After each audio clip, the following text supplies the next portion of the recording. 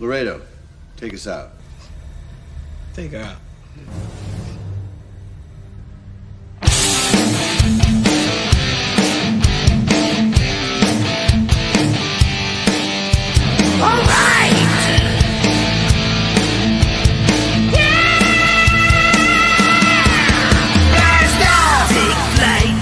Every Friday night, join the fun and let's go off-world.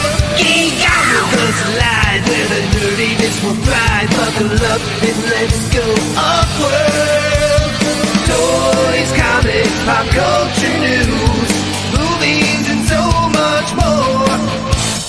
Matthew, Jesse, Curtis and Sean are your guides on this fun-filled tour. Blast off! Take flight each and every Friday night. Join the fun and let's go off-world. Let's go off-world. Let's go off-world. Hey, hey, hey. Let's go off-world tonight. Joe, the resistance is futile. Who's resisting? Welcome, choo choo, woo woo. It is not Friday night. It is Wednesday night. It's time for Star Trek talk. Joe, how you doing, sir? I'm pretty good. I made it at the last minute. I was A little watching. later than last minute, but that's okay. I was because I needed to get a cup of coffee. I was watching the show with you and Jeremy laying on my bed, and I fell asleep. Oh, was that interesting, huh? No, I was having a good time. I'm just super tired, man. Like work has been brutal with the temps getting back up, in the high 90s. So You were just Anyway. resting up for me. yes, sir. That goatee is sexy. You got anything to say to the folks? Kick the tires and light the fires, because we're going off world to talk about Star Trek. So also make it so. Yeah. And Star Trek, that's spacey, right? It's out there. That's definitely Yeah, kind of cosmic-y. Do we know anybody cosmic-y that we could maybe have join this discussion, you think? It's right there. Like, I feel like, oh yes, Jeff Ray. That's it. There he is. That's it. Welcome, Jeff. How you doing? What's happening, brothers? What's We are going doing on? a special off-road on a Wednesday night. Now, Jeff Ray, are you on the side of the Borg Queen of Customizing or on the side of Joe Luc Picard? I'm on the data side. Gotcha. You're the data side. Right in the middle. That works. So yes, we are going to be talking Star Trek First Contact. We talked Picard a few weeks ago. Had a good time with that, the Picard series. We said, hey, let's do some of the movies. And Joe said, let's start off with First Contact. So we did. And Yes. we are here. We got some folks in the chat tuning in. We've got Crom 316 is here. I know he's been looking forward to this. Dave working in the chat. We've got Starscream, Andy the Collector, Jesse Marshall is here. Yeah.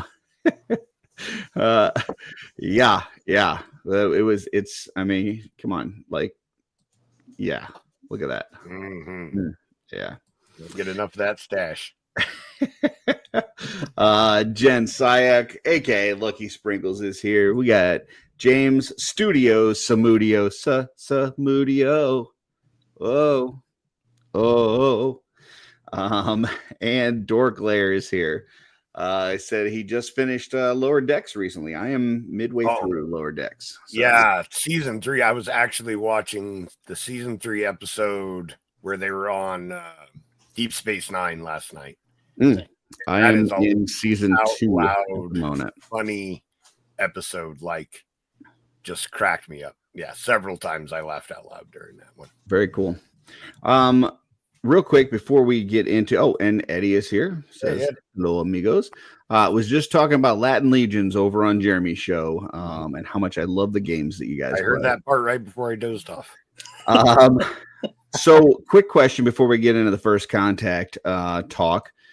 This thumbnail that I put together for tonight's show, if you had to guess, how long did it take me to put together that thumbnail? Now, I'm going to go to Joe first. Joe, because Jeff is the thumbnail expert. Jeff does our thumbnails for all the OffWorld.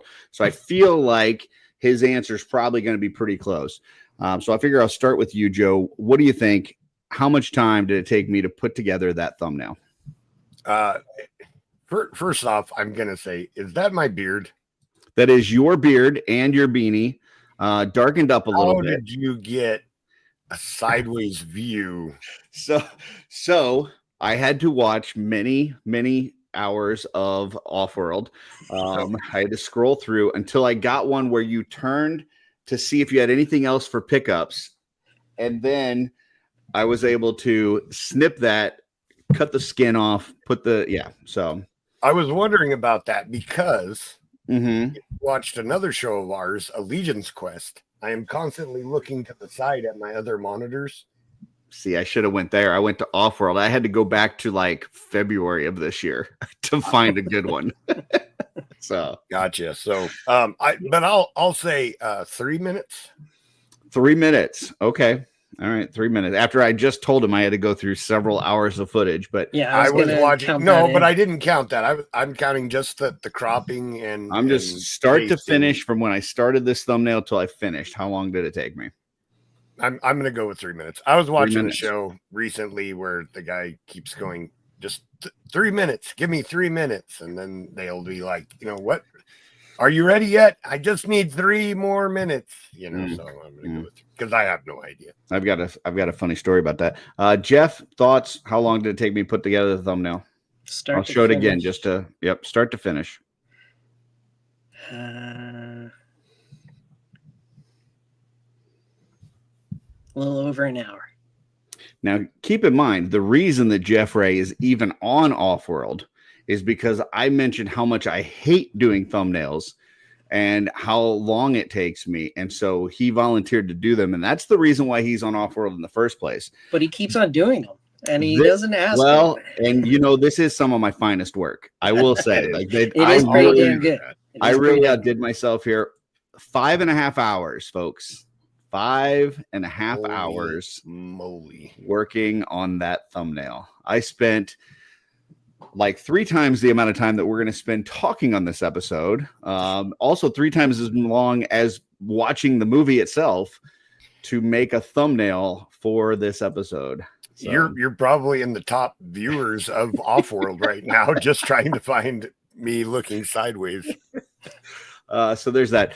Speaking of your 3 more minutes, so we had many years ago when I was still in college, I worked for Best Buy for a little bit and worked in the receiving department. And so we would get the trucks in and we would have to go through and receive them. And we had this one guy that he had worked there for a lot of years, and he got to be on the inside of the trailers. That was like the prime spot you wanted to be. You didn't want to be on the outside because then you got to palletize, you got to run stuff out. The inside, you're just taking stuff off the wall, put it on the rollers and send it back. Well, this guy was legally blind. Okay. He could see, but he was legally blind.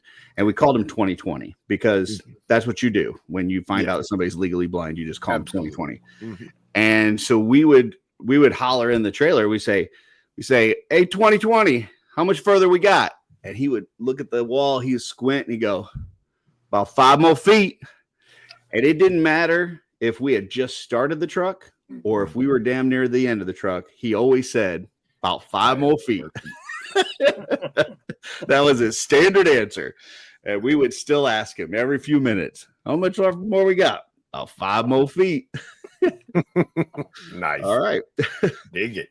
All right. So Star Trek First Contact. Now, Joe. Hold on. Yeah. I will be right back. Give me just a few seconds. All right. I was getting ready to ask him a question. I'll ask you a question then, Jeff. So Joe picked this as the starting point. He said specifically he didn't want to start with like the first movie, the first Star Trek movie. Right. That might be not the greatest place to start to get people interested and get us interested. Not that it's a bad movie. All Star Trek movies have their worth. But he thought this would be a good one to start with. What do you think of Joe's choice to pick this as our first movie to cover? It's my greatest choice. All right. It's my number one Star Trek movie, not Star Trek series or Star Trek story, but my favorite movie of all time. Wow. I probably watched it over 50 times. I've, maybe like once or twice a year. Big fan. Know. I'm a super fan of this movie. I do not know everything in and out. I know a little bit of the dialogue here and there and key points. So I'm never good at being. I did memorize one piece of dialogue. Yeah, Beverly. That's. I've had Darla laughing about that all day. I just Beverly. Because he says it so aggressively. My favorite aggressive one is the line will be drawn here. Yeah. He is so angry. And when he's firing that Tommy gun. All right. So Joe, you picked this to start with. Tell us a little bit about your thought process. Why this one to start? Well, agreeing with Andy the Collector, Wrath of Khan is the best one. It's my favorite one, but saying it's your favorite is accurate. Saying it's the best is subjective, but okay. Well, that's okay if you're wrong. I'll agree with that. But this one is my second favorite, but it's also like the best of the new-ish Star Trek stuff. I think it has pretty incredible acting in it. Like Patrick Stewart just goes all out in this one with his acting chops. Like he really put his heart into the acting in it. The Borg are a great villain, that a lot of people like. It holds up well, over time. There's not really like Lower Decks isn't making fun of the special effects in that one, So just stuff like that I think is pretty, I figured that it would probably be a strong, probably the strongest of the ones that we could start with. Okay.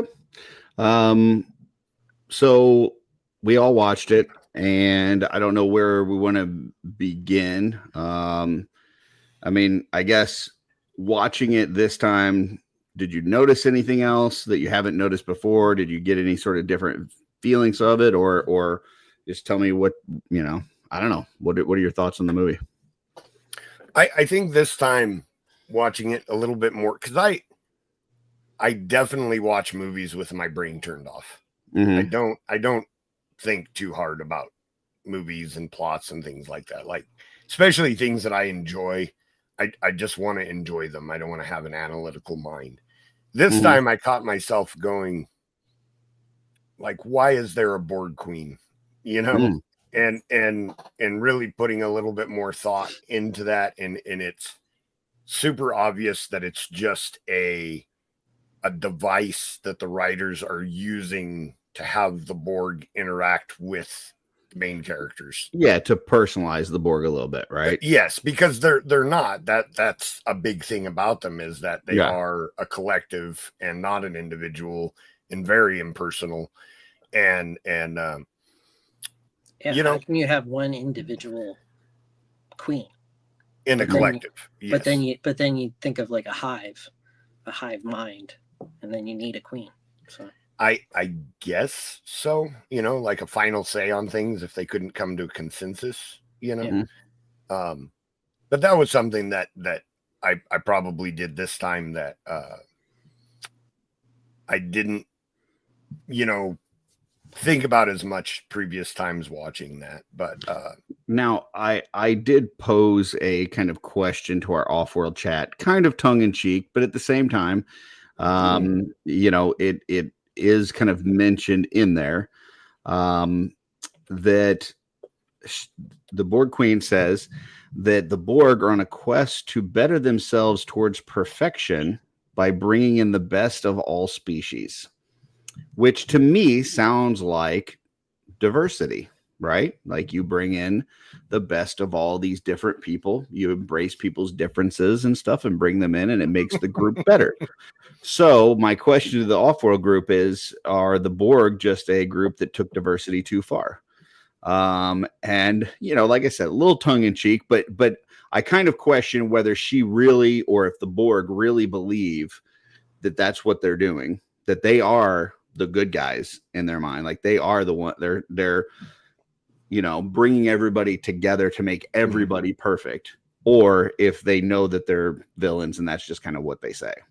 No, So I agree with they're trying to bring a large, multiple species together to find the best of everything. So you think that they think they're the good guys of their story? Don't all the villains always think they're the good guys? Not all. Some are just evil, but the best But they ones, think they're the good guys. the best ones typically do think that they're good. Yeah, or they're justified in what they're doing. Yeah. So, Joe, thoughts on that? Yeah, I mean, it's if you think in the sense if they were actually successful, Mhm. right, and they assimilated everyone Mhm. in our galaxy, there'd be no war, there'd be no hunger, no poverty. I think Would they just be like farmers then? Like, what would they, if they didn't have anybody to conquer? What do they do? Then they expand. I mean, we're the Milky they Way just keep on galaxy. taking We're over. one galaxy of probably billions of galaxies. I mean, we now So know it's just a that never-ending. we now know that there's billions of galaxies out there. That they would probably just at that point start expanding to another galaxy to see what they could come up with. But in their minds, and I mean, it's one of those good villain tropes that they kind of have a point. Individuality is what greed and selfishness and things like that come from. So if you eliminate individuality, you everybody's working for the greater good of the community, then yeah, I mean, from a certain point of view, they're the good guys. Gotcha. One thing that I definitely wanted to talk about this, it's something that came up in the Picard series that we discussed, especially season 2, Right? because you start dealing with time travel, right? Anytime that there's time travel, it gets messy, and it almost always starts out the exact same way. Like right at the beginning, they're like, prime directive, butterfly effect. We can't interact with anybody. Like we got to be careful. Nobody can see us. Nobody can hear us. Next thing you know, freaking Riker and Geordi are on the space shuttle with Cochrane on first contact. Like that's nowhere near avoiding, things and prime directive and all this. Like, it's like, don't get involved. Next thing you know, Picard's taking the lady up to, and like showing her space and showing her like all the, like, that's not, you just said we can't interact with any of these people. And then you do all this stuff. And in my headcanon, that had an impact. Those events from this movie is why Discovery and Strange New Worlds look better than the old series. I gotcha. See what I was going to say Discovery and Strange New Worlds is based off the Kelvin timeline and has nothing to do with. So when Discovery has way better technology than the original series did, even though it's supposedly happened before the original series, they blew up the Borg cube, chunks of the sphere, excuse me. They blew up the Borg sphere, chunks of the sphere land on the planet on Earth. People find that and use that to make the shows look better in the past. Gotcha. So going off of the movie, they go through a temporal wake, yes, which then keeps them within the timeline. And then at the end of the movie, they make sure that they go back at a certain time and essentially erases themselves from the past. and then that keeps them. But that within other their own timeline would still exist, right?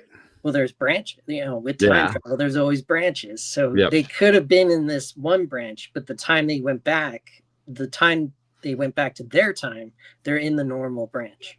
Yeah, it's like almost the same, except for the Cubs won the World Series or something. something stupid.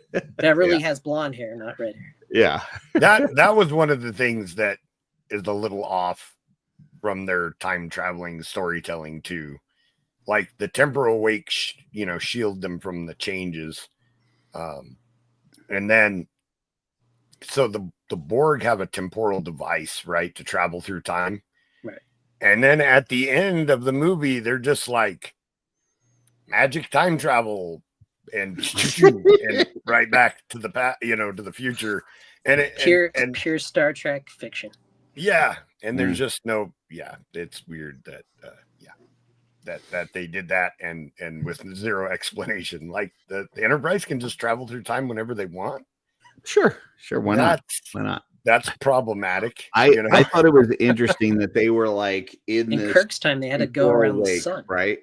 So like they're following behind the Borg ship. And so like they're traveling with them, but they could still see the Earth of their time had changed and it was all Borg on the planet. So they could see outside of the wake to see that time had changed, but for them, time hadn't changed, which was... It was like a mirror outside kind of a weird the wake. Thing. Yeah. So they were seeing a mirror universe, which is very big in the Star Trek universe.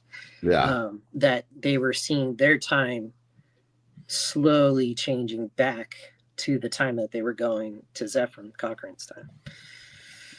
A temporal prime directive different than a prime directive. Yes.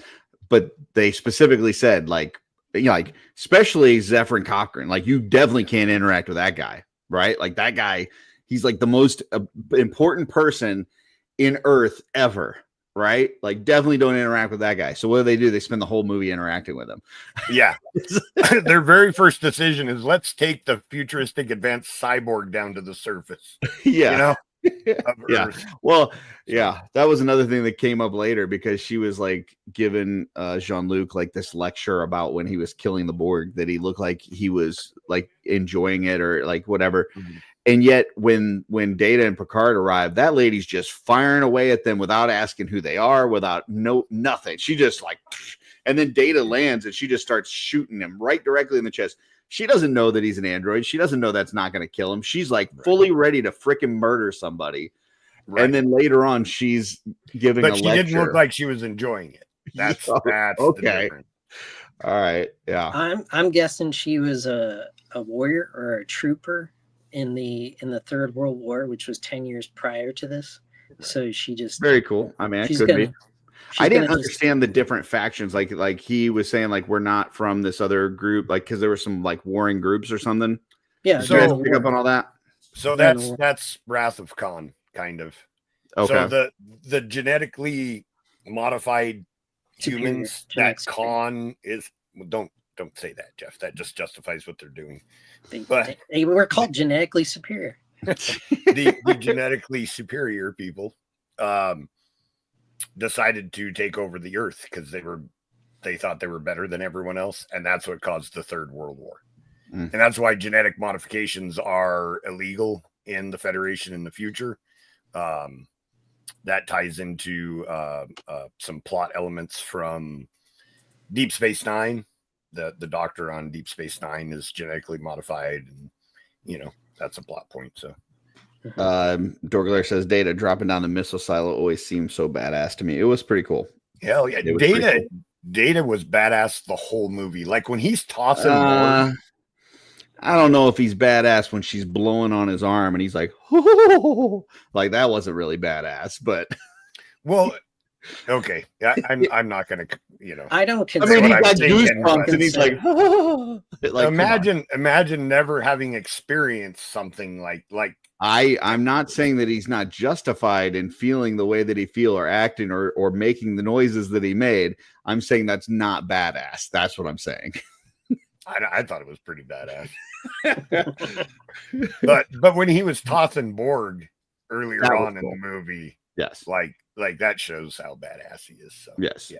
I did want to pull this up from Schmerber. Says, congrats on the reveal tonight, Curtis. Much love. Thank you very much. For those that may have missed it, I have a new paintbrush set, action figure paintbrush set that is going to be coming out that was revealed on a Jeremy show. So thank you very much, Schmerb. Appreciate that.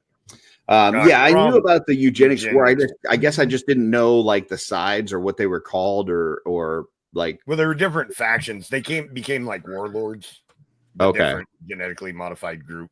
And so when like Data shows up and he can jump down like all that way, like she's assuming that he's some sort of modified genetic. I would assume so. Because nobody should be able to survive that. Right. She had also been poisoned by radiation at that point, like pretty severely. So she probably wasn't thinking clearly. But a little flashback to that. You watched Strange New Worlds, their time travel episode where they go back and find that kid, right? You know which episode I'm talking about? And then there's a picture of a group of children together. Yeah. Those kids are the ones that end up becoming the warlords later on in the eugenics. Oh, okay. Yeah. And isn't the one chick from Strange New Worlds like related to Khan? Yes. Yeah. Yeah, she is a descendant.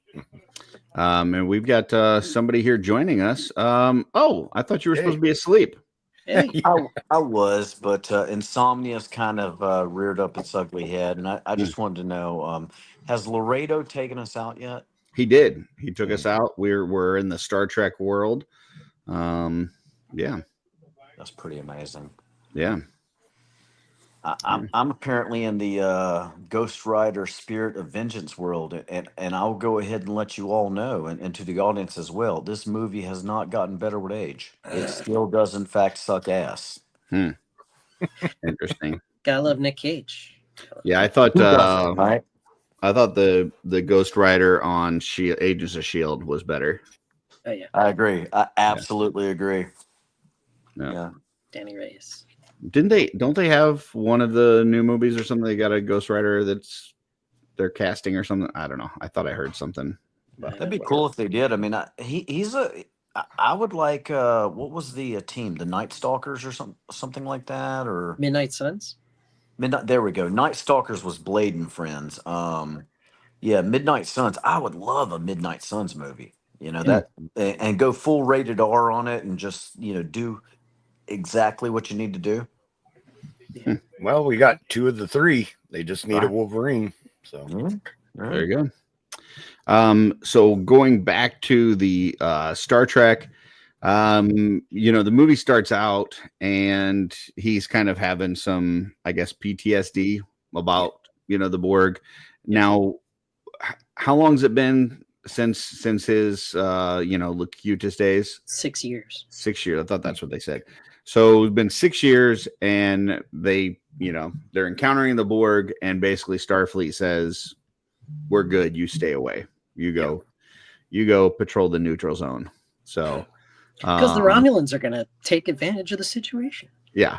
So they start getting their asses kicked, obviously, and then the Enterprise goes anyways, even though they're not supposed to, and immediately, like just out of his head, Picard's like, target this place, and even Data's like, that's not a crucial system, like that doesn't even make sense, and he's like, just listen to me. And so all the ships target that place, and the Borg ship's like, no more, but it shoots out a little testicle first that then goes back in time, right? And that's where they end up back before first contact, and I guess that's the Borg's idea, is to stop first contact, which then will stop the humans from getting to the point where they can take out the Borg. And they're also planning on, I guess, calling the other Borg from that time to come and annihilate them before they become too big of a threat. Right. Van. It's actually a 2-part question. Sure. First, the Borg Queen. We'll all agree that there's something about her that's kind of hot. Yeah, there it is. Yes, that one. Exactly. It's Pinhead's wife. Yeah. I think Hellraiser to the best. Yeah. So, but would we consider her a muscle mommy? That would be the second part of the question. I think the only part of her that's actually organic is like the top of her torso up. The rest is really robotic. So Yeah. I don't think you could consider her a muscle anything. What about 6 of 9? So 7 of 9. 7. yeah, no, I know what I did there, gents. Hmm. MFK. So you've got that little fringy bartender. Quark? Yes, him. You've got the cyborg, or excuse me, the Borg Queen, or 6 of 9. So we'll start with you, Curtis. MFK.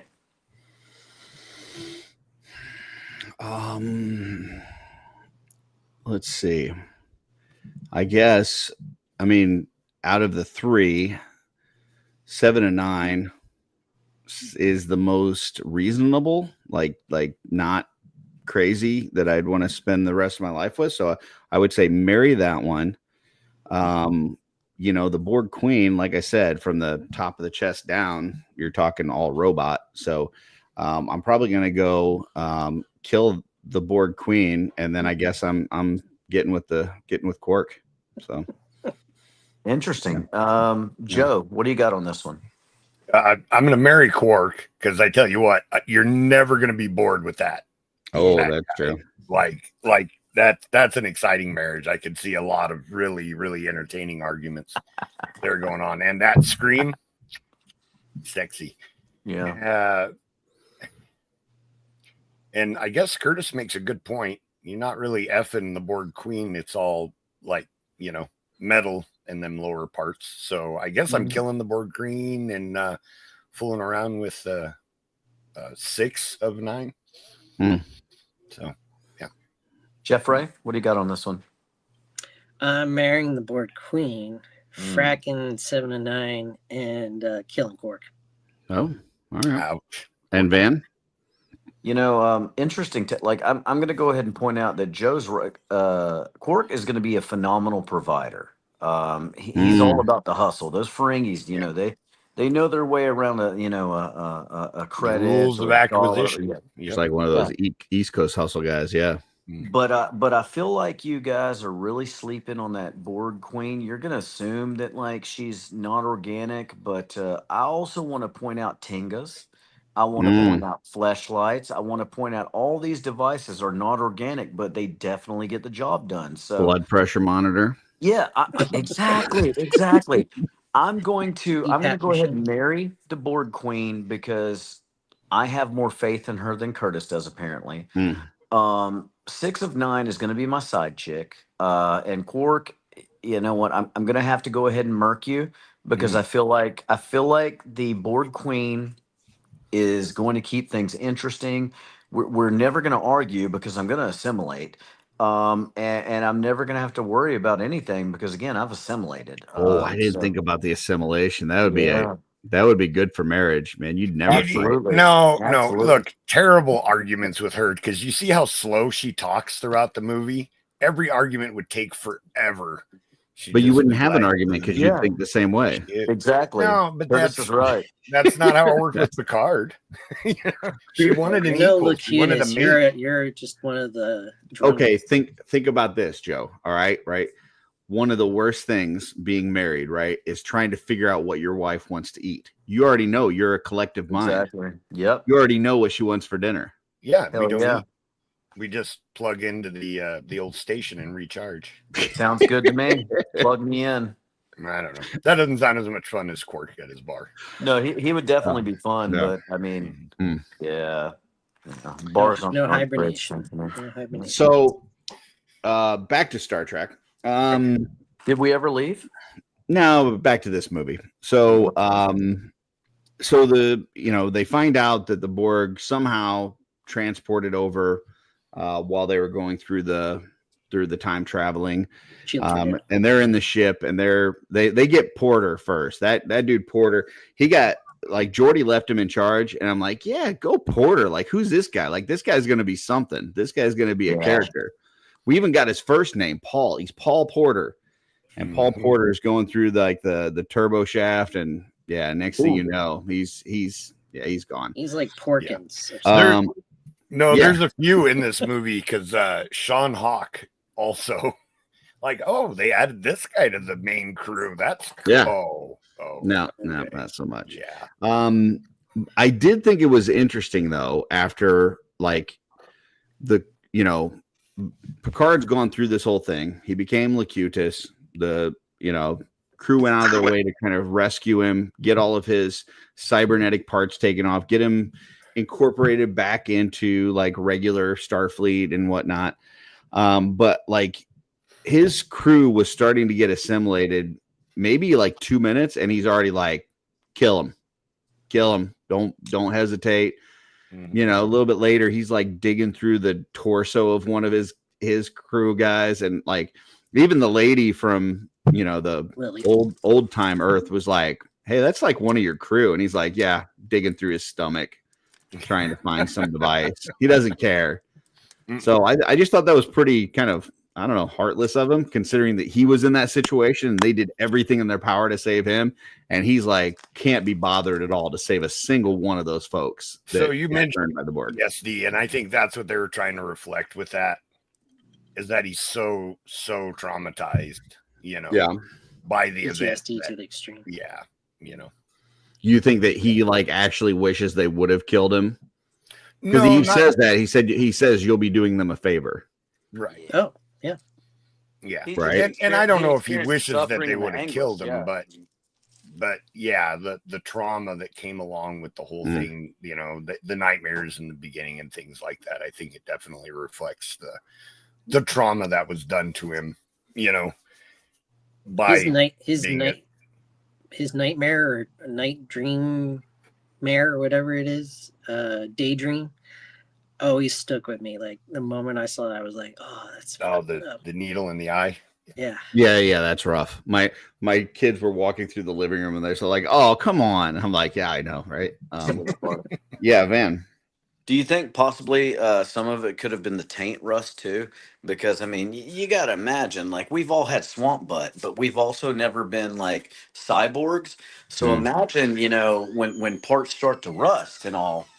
I mean, you wouldn't wish that on somebody else. You just wouldn't. I don't know whether that would be good or bad. I don't know. I've never experienced that. So Exactly. So why would you want to?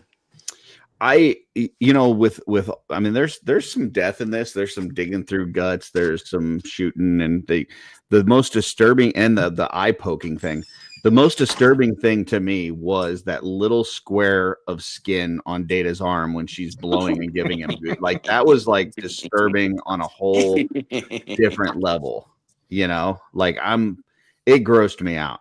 So, what do you guys think about Data's skin graph?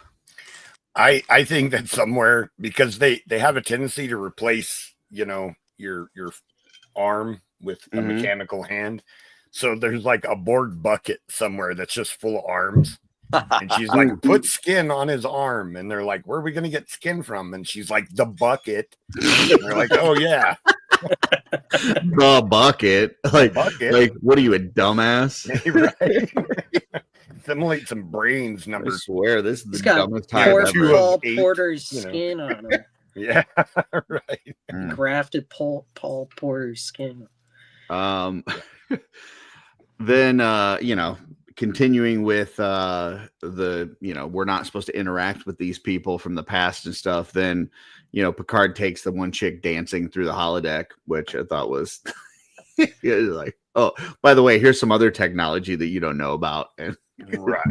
Yeah. At this point, he doesn't care. He doesn't care. Not at all. But I did love Nicky the Nose. The guy he takes a match and he goes like this and lights it on his nose. That was pretty awesome. Yeah. And then Picard gets that Tommy gun and just goes to town on the Borg, because they're immune to phasers, but bullets, man, that'll stop them. Yeah, you can't assimilate them. Well, they assimilated those bullets, but I thought it was interesting that you can just go, holodeck, disable safety protocols, and then it just does. Yeah. There's no question. No questions asked. No, nothing. They're just like, all right, murder people. That's cool. Because well, he's the captain, so he must have the override. Right, but he didn't say like the words, But it knows it's based on his voice. Based on his voice I guess so. Because like there's that age-old question, like in Star Trek, when the ship is being invaded, why don't they just transport the people out into space? You know, fair question. In my mind, it's always been, well, it's got to be hard coded into the transporters not to transport people into space. You know what I mean? Because that's no matter how fun it would be. Yeah. Right. That's a pretty harmful thing, right? That you would transport people into space. So they intentionally put safety protocols into the transporters that can't be overridden so that people can't be transported into space. Now, we did just see that in the Picard series, but that was an alternate timeline where maybe they didn't have those controls locked out. Right. But I mean, then you get into the holodeck. Yeah, you get into the holodeck and you can just do anything you want in there, and then it's totally just cool. Yeah, you can create an AI version of somebody that actually exists in real life and have an affair with them, and it's totally cool. It's totally cool. There's no ethics or any sort of violations there either. It's like, yeah. And it's disable safety protocols, not relax safety protocols. You know, it's like, just turn them off so I can commit murder. So basically, there's no OSHA on the starship. We've established that. But also, I thought, like, if you think back to any sci-fi show, whenever they do like a self-destruct or something like that on a ship, there's always, enable code, and all that. So no, Joe's right on the money. There should have been some additional, barriers in place before we just went full murder. Yeah, full murder. Yeah. Along this pulpit that I'm at right now, talking about violating this directive. Not only do they talk to Cochrane, but they let Cochrane know that he's like the most important man, that he's got schools named after him, that they study his theories in school, that like totally freak this guy out. Like, this guy's just trying to drink and have a good time and shoot himself up in the air in a rocket. He's not like, and like, even the point where like, hold on one second, Joe, but like, Picard is like touching the rocket and is like, this is the most important thing in the world to him and stuff. And it's like, no, he's out there getting drunk and dancing right now. He doesn't give a shit about this. Like, but they've built this thing up in their history books of this guy being a certain way. And then they tell him all of that and like freak this guy out to where he wants to run away. So anyway, go ahead, Joe. The way that it's established too, because they have Reg Barkley come in, which is like, can I get your greatest character ever? Yeah. And then Geordi like bitches him out about it, and then is like, does the same thing. A statue where your hand is reaching out, and he tells him, I went to Zephyr and Cochrane School. And it's like, wait a minute, motherfucker. You just shit all over Reg Barkley and then did 10 times worse than him just wanting to shake his hand or whatever. He gave him shit for fanboying, and then he totally fanboyed. Yeah. Speaking of Geordi LaForge, did any of y'all ever have like a sister or, like a girlfriend or something that had those little, 80s, 90s little... Yes. Darla might know the name of them. Like hair clips. No, Jeff knows where I'm going with this. And then you put them across your face, and then you were fucking Geordi. But he doesn't have that anymore. So when did he get the? This is the first time. This is the first time that we've seen him with the. He has his ocular implants. Because they do the one close up at one point, and like his eyes like doing like this twisty kind of zooming in and out thing. Yep. Okay. So I like the final Emu Cyclops. The Visor's last seen in Generations. Yeah. The last episode of Next Generation, the All Good Things episode, when they glimpse the future, he has the implants. So that's an alternate future that future doesn't come to pass, but I think it was a teaser for. He also never had them on Reading Rainbow. Right. Well, LeVar Burton hated wearing the glasses, and it would actually give him like headaches and stuff, the way they had to attach them to his head. I gotta imagine the contacts were not very fun either, but apparently he likes them better than that. Kirby says, rewatching Next Generation as an adult, I lost respect for LaForge. He's so bad. Please explain. Explain as you would a child. Shoot that man a link.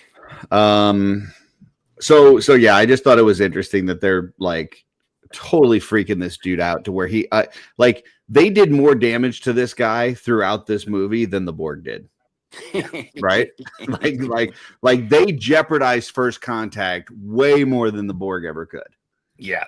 He actually took it pretty well. That the point, like if it was me, if I was Zefram Cochrane, the point where they stunned him because he was running away and Riker's like, I don't have time for this. Zap. That would have been it. I would have been like, F you and F you and F you. This is done. Yeah. So he actually handled it pretty well, all things considered. Yeah. I wish we would have got more Barkley. I love Barkley. Yeah. Me too. I wish they had brought in everybody back, like Miles O'Brien, and like you got like all the all the best TNG characters. Yeah, that would have been cool. I mean, we did get, they brought, because at this point, Worf was on Deep Space Nine, right? Yeah. And so that's why they had to like create that situation where they rescue him in order to like get him into the group. So Worf's on there. They have to do the whole deflector dish thing, right? Which I thought anytime they have to get out like the gravity boots and kind of walking along outside and stuff, I think is cool. But yeah, what'd you think about the deflector dish fight scene? It's cool but contrived. You know what I mean? The fact that they had to go out and like manually release it felt not very Star Trek. You didn't think maybe like they just had like certain controls locked down to where you had to manually release it? I mean, I'm sure you could, theorize it in your head, explain it away in some way. I've been doing that this whole episode. I don't know if you noticed that, but yeah, there's always a way to explain it away.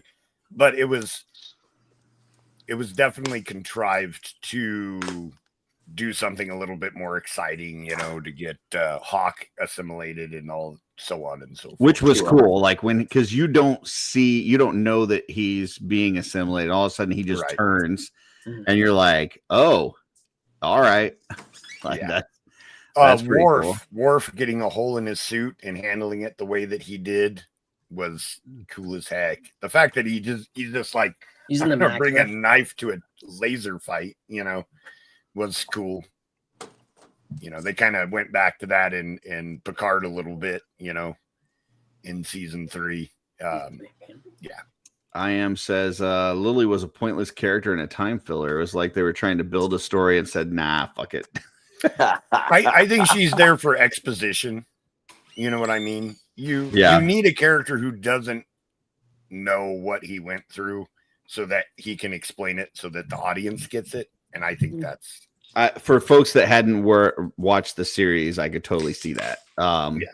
The only thing I would say is that they made her a very unlikable character. Like she's immediately just shooting at them at the beginning. Then she plays this like, holier than thou kind of talking down to people character towards the end. It's like at no point are you even capable of liking her? So I thought she was all right. I did not like her at all. She has her whining moments, but then she starts to realize, oh shit, I'm in space. I gotta get back down to Earth, so I'm gonna just play cool. Andy says they had to manually release it since the main computer was still locked out from Data. So that actually makes sense. Yeah. And Data wasn't up there. He was up there, but he was under the influence. Kirby says LaForge constantly made bad engineering decisions, had poor leadership skills, was a good friend to Data, but he also abused Barkley.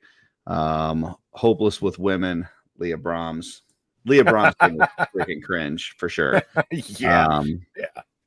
As far as engineering decisions, I mean, that's just part of being an engineer, like they gotta make bad decisions and then tell you that they can't solve something because there's only 20 minutes left in the show and it's going to take 3 hours and then they get it done in the nick of time. Like that's a Scotty thing. So Scotty explains that in my favorite Next Generation episode, Relics. And says what? You never tell the promise, captain, over deliver. Yeah. Well, he says, how long is it actually going to take you? And he's like, I told him the truth. And he's like, you never do that. they're not going to think you're a miracle worker unless you tell them it's going to take longer than it takes. Right. You know, basically is what it's not word for word, but yeah. Under promise, over deliver. So, let's see. So then, going real quick, going back to Zephyr Cochrane and the TNG crew messing with them and stuff like that. I really believe that you should not go back and meet your heroes. I had that right in my notes. Don't meet your heroes. Right. And I think it's also one of those things too, that like people are going to be portrayed however the history books portray them. Right. And it's like, doesn't necessarily mean that's how they really were. Like this guy was not anywhere close to what they thought he was. So he just wants to be on an island with hot chicks and drinking. Yeah. At that point in history. Yeah, he might become the person that they idolize later on. See, he might not now that he knows all this shit. He might not do any of it. So he changes in Enterprise. If you watch Enterprise, that's where we get the Zephyr Cochrane we need. Right. Van. Yeah, no. So we had previously established that Laredo did in fact take us out, but did we manage to kick the tires and light the fires? We did. Okay, good. All right. Sorry. Yeah. I was asleep at that point, but then I woke up and I can sleep better. That's probably what it was. That's why I couldn't sleep, because I did not know if Laredo took us out. I did not know if Joe was able to kick the tires and then light the fires. But, I've had plenty of smart waters now. And at this point, I feel like I could probably sleep like a baby knowing that all this happened. I also want to go ahead and take this opportunity to mention that the arts by Ackerman, the toy painting brushes for true customizers are absolutely going to be the best thing that has ever hit the customizing world. You're going to have to say it again, Van. He's gone. Yes, okay. No, I just want the audience to know. Do your thing. Get in on the ground floor. Get in on the ground floor, and let's all do better to paint better. And thank you, Curtis, for putting in the work and taking the time to get us brushes that are more acclimated to the things we are trying to paint as opposed to miniatures. And I, for one, cannot wait to purchase a set. So at this point, I know that Laredo took us out. I know that the tires were kicked, the fires were lit. I know that Curtis has ensured that we are going to have better brushes for painting the 112 scale figures that we're all customizing out here. And I can now sleep like a baby. And Curtis, I thank you for that. Joe, I thank you for that. And Laredo, most importantly, I thank you for that. Awesome. Thank you, sir. You guys have a wonderful evening. I love you all. You as well. See you, Van. So we're at a point where they kind of figure the only option is to self-destruct the ship, right? And Picard is very much against it. He's very anti self-destruct, to the point where he does what I think is the most shocking thing in the whole movie, and that is call Worf a coward. Yeah, that was intense. Like, I turned to Darla and I'm like, you do not call a Klingon a coward. Yep. Like, to where even Worf, like, he had to restrain himself, and he's like, if you were any other man, I would kill you right where you Michael stand. Dorn's acting at that point was so wonderful. You could see that he's like holding himself back, right? Like, dude, that was actually one of my favorite moments in the entire movie, because those two interacting with each other and their acting is on like that level. It's believable. They're into it. It's intense. That was a wonderful scene. It was crazy, man. I was like, as soon as it left his mouth, and I'm like, yeah, you're not afraid. Yeah, he's like, oh, I was like, how are you gonna call him a coward? Like, you can't do that. Jeff, thoughts on that part of it? Oh, it's the way to spark something in Worf. Anytime you judge his warriorness, his verbato. I don't know. Well, and I think at that moment, like Picard feels very outnumbered, right? Like Beverly's all for self-destruct, Worf is for self-destruct. He does not want to lose to the Borg again. Like this is part of that PTSD that we're talking about and all that. Yep. Like he does not want to lose to them. And so he's like, these two are against me. How can I make the one person change their mind? And it's like this one person that is wanting to self-destruct, to basically give up, is somebody that is very anti-give up. He's like going to fight to the death no matter what. And so I'm going to call him a coward. And it felt like grasping at straws. Like, man, I know I'm losing this battle. I'm losing this argument. The only card I have left to play is to call Worf a coward. And he does it. And it's like, oh, shit. And then he storms off to his room. Right. And he just like starts messing around with shit on his table. I don't even know what he's doing at that point. Like he's trying to modify the phaser to overcome their assimilation to their frequencies. Whatever. Gotcha. Modulation. But he's just like not even paying attention to anything else going on. And the lady goes in and gives him the riot act and stuff. And then from there, I like in that part. I like where she brings up Ahab, and the whole and he acts like he doesn't know what she's talking about, and then he starts quoting it, right? Yeah, well, he has to break his little ships first. Yeah, his little ships, and then he starts quoting him, and she's like, "I have no idea what you're talking about." Yes, but never read it. But that quote is intense too, because you know. If his chest were a cannon, he'd have fired his heart upon it. That's literary genius right there, to show how much emotion like that is, to me, is really, really powerful in the novel, and for them to quote that at that point in time, I thought was very well placed. Absolutely. So he goes out and he does agree to do the self-destruct. They've got to give the, multiple authorizations and all that. Everybody's starting to get off the ship, and he decides he's got to go save Data because he hears that, Data has been captured by the Borg Queen, and he needs to go and save Data. So. Which the amount of time that's left is non-congruent to saving Data from the Borg. In that final scene, I would have been like, damn, Data, I wanted to save you, but there's just not enough time left because the turbo lifts aren't working and I'm old and can't run that fast. Yeah, it did not feel like there was enough time to do what needed to be done, for sure. Right. It's almost like they knew that he was going to go down there and Data was going to stop the self-destruct. It's weird. Yeah, there's just enough time for Data to use his quick fingers. Yeah, it's almost like that.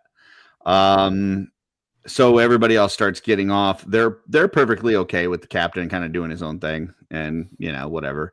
Nobody tries to stop him. Captain goes down with the ship. Yeah, I mean, at no point is Worf like, no, we can't afford to lose you. Like, you need to come with us. Let me come to help. Let me go save. Yeah, no, everybody. Well, you know why he doesn't do that? Because he's a coward. Because he's afraid. Yeah. Freaking coward. So then they go down there, and it looks like all indications are that Data is under the influence of the Borg Queen. She's given him some skin. She's blown on his skin, giving him some bumps. Specifically for anybody who hasn't watched it. And half of his face is all human. Yeah, part of his face is human now, and he's liking it. He's liking having skin. He's liking getting blown on. But is he? Well, Data's and I did notice too, like the side of his face with the skin also had like wavy, stupid hair. Oh yeah, right. The other side is still slicked down. Like that side just went boop. The other side stayed down. His android hair. Yeah. They must have gave him a hair transplant as well with skin graft. That was in the bucket. Hey, this skin in the bucket has some hair on it. Throw it on his head. Yeah. Data's story arc through Next Generation was he he always wanted to know what it was like to be human. So, you know, the skin grafts, though disturbing, make perfect sense for his character arc. Oh, for sure. The entire thing. So, yeah, it makes sense. It's just really weird. How else are you going to tempt him? Yeah, bad hair plugs. Exactly. Yeah. So yeah, it looks like that's what's going to happen, and he's getting ready to fire on Cochrane's ship. And he does. He fires, and the stuff's. I do remember when I first watched that movie, when the torpedoes are launched, I'm like, oh shit, how are they gonna, resolve this? I remember being tense in that moment, and then they just fly by, and it's like, oh, he just missed. But he didn't miss. He planned it. He planned it. But I didn't know that. Yeah, and then he takes out one of the things from the warp core or something that I guess will take out organic matter, which is what they planned from the very get-go. From the very beginning, they said, hey, we need to get down to engineering. We need to take out this one tube. It'll take out anything organic. Plasma. To which they said, well, they're not 100% organic. Yeah, but part of them is, and it'll at least stop them. Plasma, which is plasma apparently is warp core coolant. So yeah. So he does that, and then immediately Picard's got to get the hell out of there because he's organic. So he's got to start climbing up the tube that does not want to be climbed up on. That thing is like trying to give way. Starts moving. The Borg Queen's, tubing. It looked like little snake monsters coming after him or something. Like it was like why is that tube moving? No, there was like 3 of them too. It was like a. It's the Borg Queen's tubing. It's what brought her organic self down. Oh, gotcha. Gotcha. That makes sense. Sense. So she jumps onto his leg. She's trying to hang on for dear life and pull herself to safety.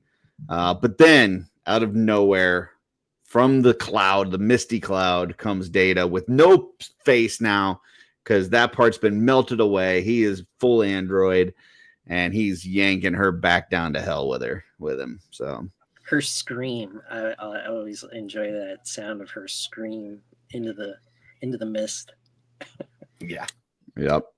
So and then that's it. The kind of cut to Vulcan's landing, and everybody's happy. The Ewoks are dancing and singing.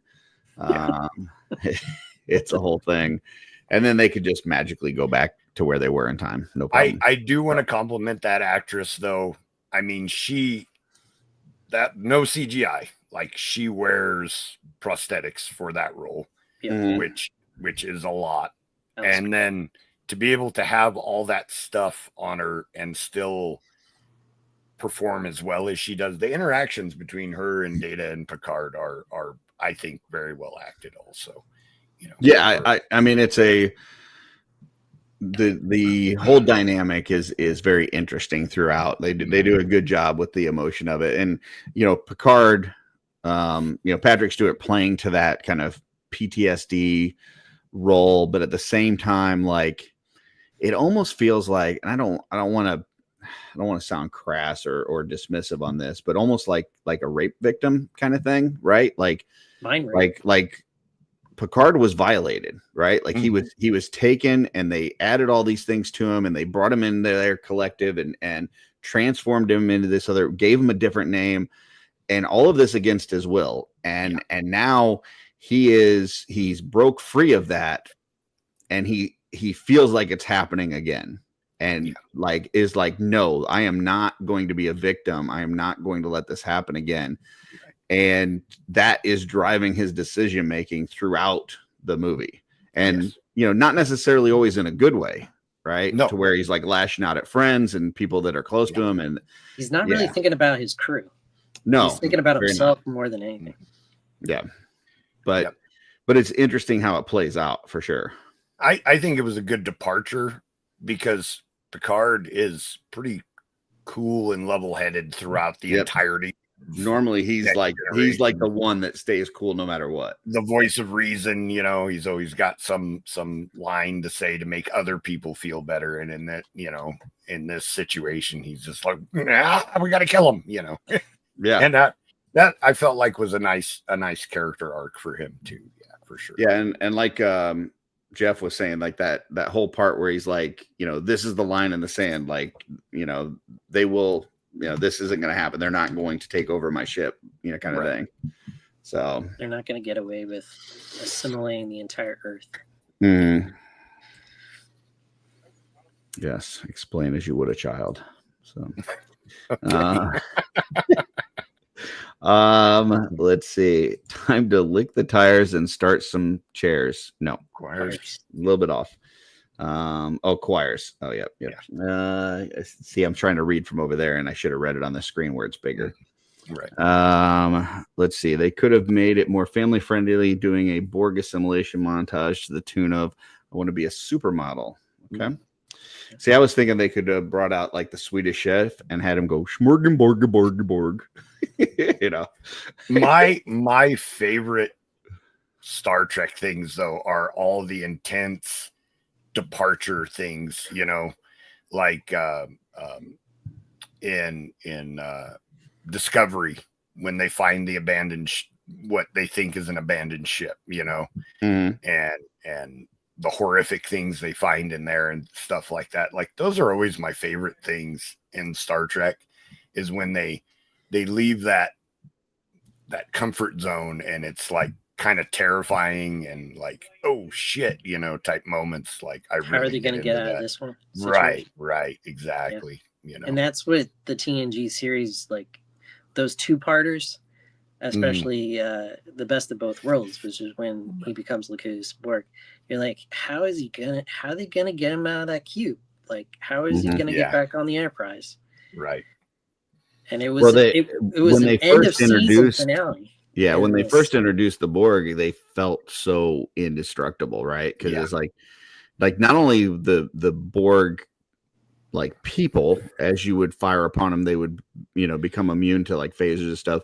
But the cube itself, like you would shoot at it, and then all of a sudden, like that's it. You can't hurt it anymore. The damage just starts like fixing itself. Yeah. Yeah, and it's like, well, what? How do we stop this then? You know, like it. You know, and an interesting thing about that, a little behind the scenes that I read in Star Trek magazine back in the day. That was season 4, right? When they did Best of Both Worlds Part 1. I can't remember. Somewhere around there. Patrick Stewart's contract had actually was expiring after that season. And they weren't sure if they were going to be able to renegotiate his contract. So if he hadn't re-signed, we have a whole different Star Trek universe. Yep. Picard would have not been rescued. Interesting. So, that was kind of in the writer's mind when they put that episode together. I did find it interesting too. After he comes out of his room and decides to do the self-destruct, he has to apologize to Worf, and he says, you know, I regret some of the things that I said, and Worf says, some. He just kind of leaves it at that. And then he does say that he's not only is he not a coward, not afraid, but he's probably the bravest man he's ever known. So kind of fixes things with him a little bit. So they cuddled that night. Yeah. End of season 3. Is that what you're saying, Jeff? Yeah, because it was a season finale, season premiere. How they did it. So it was the end of season 3 and the beginning of season 4. Gotcha. So that's pretty much the movie. Anything else that we didn't cover that you guys wanted to cover on there before we give it our final rating? Best liftoff song in a spacecraft ever, Steppenwolf's Magic Carpet Ride. It was funny that he's like scrambling around because like they've been freaking this dude out, right? Like this dude is like on edge, and then he's like, no, we can't go, it's missing, where is it? And like they're ready to cancel the launch, and then it's like, oh no, here it is, and it's just music, you know. And it's just like, all right. Like if we were ever to meet an alien race, that's how it should be. Some freaking drunk in a rocket playing music loud. Like that's how we should meet an alien race, right? Which brings up another point where he's like, I'll just handshake you. Yeah. Let's play loud music and handshake. Yeah. There you go. All right. I will start with Jeff. Jeff, rating 1 to 10. 1 being bad, 10 being the best it ever could be. What do you give Star Trek First Contact? I have a huge bias. I'm going full 10. Wow. Full 10. I will watch this movie over and over. Like I can put it in the background. It's up there with Terminator with me. So it's very, very important to my life. I was a Borg for Halloween that year. So what did we say? How many Star Trek movies did we say there were? We said there was 9. Is that right? Are we keeping the Kelvin timeline like Chris? And all Star Trek movies. So 6, 7, 8, 9, 10, 13 total. 11, 12, 13. Yeah. Okay. So if I'm going, I'm saying that of the 13 movies, I'm only going to double up 4 numbers, three or 4 numbers. So I've got to be something's going to end up with a 1. And it's not saying that I'm saying in terms of Star Trek movies, something's going to end up with a 1. Doesn't mean that it's really a 1 if you compare all movies. Does that affect your score at all, Jeff? If something in the 13 movies, something has to be a 1, something has to be a 2, all the way to 10. You could have 4 10s if you want, but something has to be a 1 through whatever.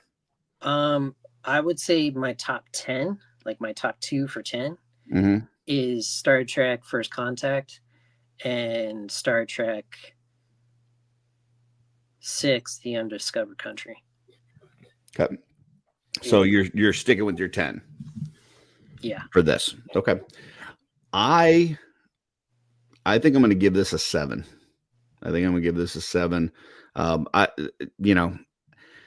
I'm not a big fan of the time travel stuff. The time travel stuff just always gets messy, and it just feels so like discombobulated with the story, and I don't know. It just, you have to do it really carefully, and I just feel like there's too many plot holes in this one. I still enjoy it. It's a good story. I love the Borg. I love the PTSD aspect for Picard. I think Patrick Stewart's portrayal in this is amazing. I think the Borg Queen is freaking awesome too. And even the dude that played, I don't even know the actor's name, but the dude that played Cochrane, like the way that he plays that character, and he gets like all in his head and all like discombobulated because they're throwing all this praise and stuff on him. Like he played that role great. So there's some great performances. I just think the storyline with the time travel is a little lacking. So yeah, I'm going to give it a 7 overall. Joe? So, for all the things I said throughout this review of the movie, it's still one of my favorite movies of all time. We're not talking just Star Trek. It's one of my favorite movies of all time. And so I'm going to give it a 9. It's not perfect by Joe's definition, but it's almost there. Like every time I watch this movie, no matter how many times I watch this movie, I enjoy it every single time. The Borg, pretty much up to this point, is like my favorite Star Trek villain and one of my favorite villains of all time. I know they ruin them later on, but at this point, it's just like the Borg and the assimilation, and then adding the Queen so that they have a voice to say all these offbeat things that that they represent and stuff like that in the interactions. I just absolutely love this movie. The acting is phenomenal. The special effects for the time were really good. I think a 9. Speaking of special effects, this was the last time they used physical models for the ships. Interesting. In Insurrection, the next movie, that's when they start going full digital. Gotcha. Nice. Steph says space-time continuum is too abstract for Curtis to comprehend. No, it's apparently too difficult for them to write for. That's what it is. I can definitely comprehend it, which makes me ask a bunch of questions that they don't answer because they say one thing and then do it completely different. They say, don't interact with these people, don't do this and that. And then they turn around. The first thing they do is interact with these people and do this and that. So it feels like in Star Trek, whenever they do a time travel episode, it's to save money. You know what I mean? Like they didn't. Yeah. Make it modern day. And we'll talk about it when we get to what's 4? What's the name of 4? Star Trek 4. Wales. Yeah, but I can't remember what's the name of it. I don't remember. It's on the name. Yeah, I can't remember. It's after Search for Spock. It's Voyage Home. Voyage Home. That one we'll talk about when we get to it, but I felt like they dealt with time travel better in that one than they do in this one. But we'll talk about when we get to it. I'd have to rewatch it. You know, it's been so long since I watched it. And Joe, going back to your comment, when do you think that the Borg got what did you say the Borg wasn't the Borg that we liked? Or? So in Voyager, okay. they're not terrifying anymore. Yeah. You know. Yeah. Their ships were cool. Yes. But and I enjoyed Species 8472 and those interactions. Like it was cool bringing in. Became the more aggressive. Yeah, well, that's all of a sudden there's a species that can just destroy a Borg cube with one shot, and you're like, holy moly! Yep. But then as time went on, like they just didn't carry that weight. Like now when the Borg appear, you don't go, oh shit, anymore. So it's funny because I heard Stephen Bisciotti made this like metaphor, talked about this kind of analogy earlier, talking about Pete McCarthy and how he is and stuff. But basically he was talking about the Ultimate Warrior. So I don't know whoever's wrestling fans here, but like you would see the Ultimate Warrior come down and he'd shake the ropes and get all excited and he'd body slam somebody and then he'd win the match. You're like, holy shit, he just beat somebody. And then the next time he comes down and he shakes the ropes and he body slams somebody, he beats, and it's like 30 seconds. And then and you're like, oh wow, that's cool. And then but that's all he does. And he just keeps doing it. And eventually it's like he just does it to everybody. Like there's no so yeah, if all of a sudden whoever because he did it to Andre the Giant and stuff, it's like, well, if all of a sudden your biggest, baddest person can just be knocked out by this other thing, when you take the Borg, who you've established as this scary bad guy that now all of a sudden can be one shot. I think Goldberg might be a better analogy because same thing. Yeah. Goldberg was just destroying everybody. And then there's that match where Scott Hall hits him with the taser and then Kevin Nash power bombs him and pins him. And you're just like, oh, and I mean, he beat everybody. Like he smashed Hogan for the title and everything. And it's just like this just unstoppable force. And then they tasered him. And it's just like, oh, he's just a dude. Yeah. And it was never the same after that. Right. And that's kind of what they did to the Borg. The Borg have never been. You built up this big bad giant, and then and I've seen it throughout. I mean, I don't want to get off on a whole wrestling tangent, but but I've seen it where whether it was Rusev or Giant Gonzalez or Sid Vicious or whatever, they'll have somebody come in that's like this big bad, and they will be unstoppable. Zeus after the No Holds Barred movie, they'll have some big bad come in, and nobody can beat them, and then all of a sudden the first person beats them, and then the next person, and the next person. Next thing you know, they're just like a bum. They're jabroni. And that's kind of what they jabronied the Borg, and I hate it. Yeah, I could see that. All right, so that is our ratings. That is First Contact. I have a suggestion for the next film. Joe, you picked the first one. I already heard Jeff mention it, and it is one of my favorites. I think next we should go Star Trek VI, Undiscovered Country. Yes. So you guys good with that? I need my pain. That makes me who I am. So exactly. I agree that is a fine choice. All right. So we will do that. We'll all watch it. You folks out there watch it as well. And then we'll try to schedule some time. I know next week I'm going to be traveling all next week. I'm going to be on the road, so can't do anything next week, but maybe the week after we can do something. So Sure. Beautiful. Actually, I won't be able to on a Tuesday, Wednesday, or Thursday of that following week. Okay. Because I have scheduled mandatory overtime that's long hours. So Gotcha. We'll figure out something. So not the end of the world. I may do. Yeah, we'll figure out something. We always do. I may do I've got something dropping tomorrow. I've got my pegboard video dropping tomorrow. Nice. I may do a mail call opening Friday at some point. Just FYI. I don't know, Jeff, if you're available or I'm sure somebody will join me, but we got a couple things to open. So cool. And then Friday we'll have OffWorld. I think it's just kind of a normal thing this week. Next week, hell yeah, we are going to do the best figures that we've picked up through the first half of the year. So we are all going to do 5.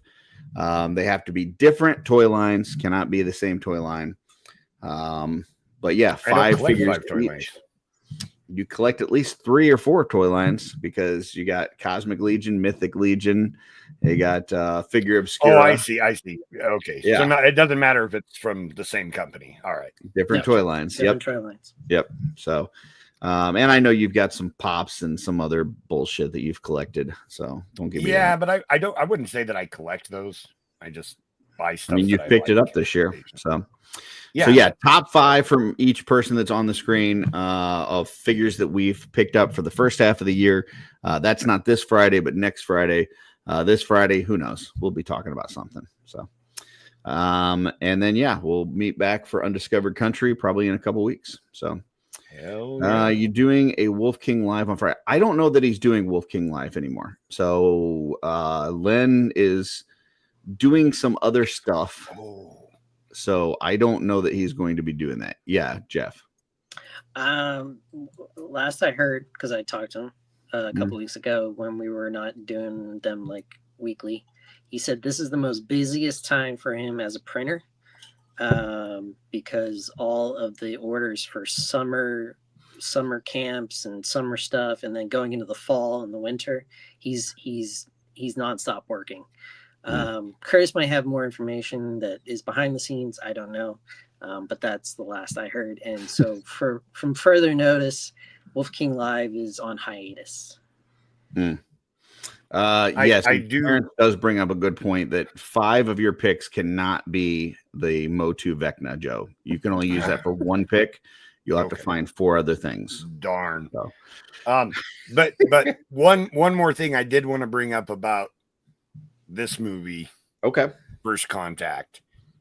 One of the best cameos ever was the EMH, the doctor. That was great, wasn't it? Appearing and saying, "I'm a doctor, not a doorstop." Yeah. Did you notice the other? Would you like the other some sort of analgesic?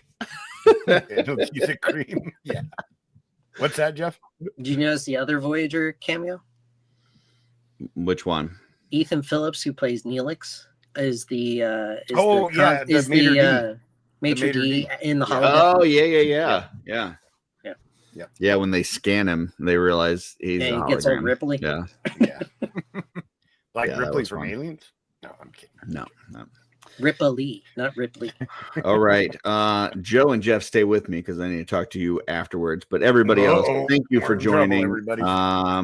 Appreciate you all, and we will see you Friday on the OffWorld. Live long and prosper.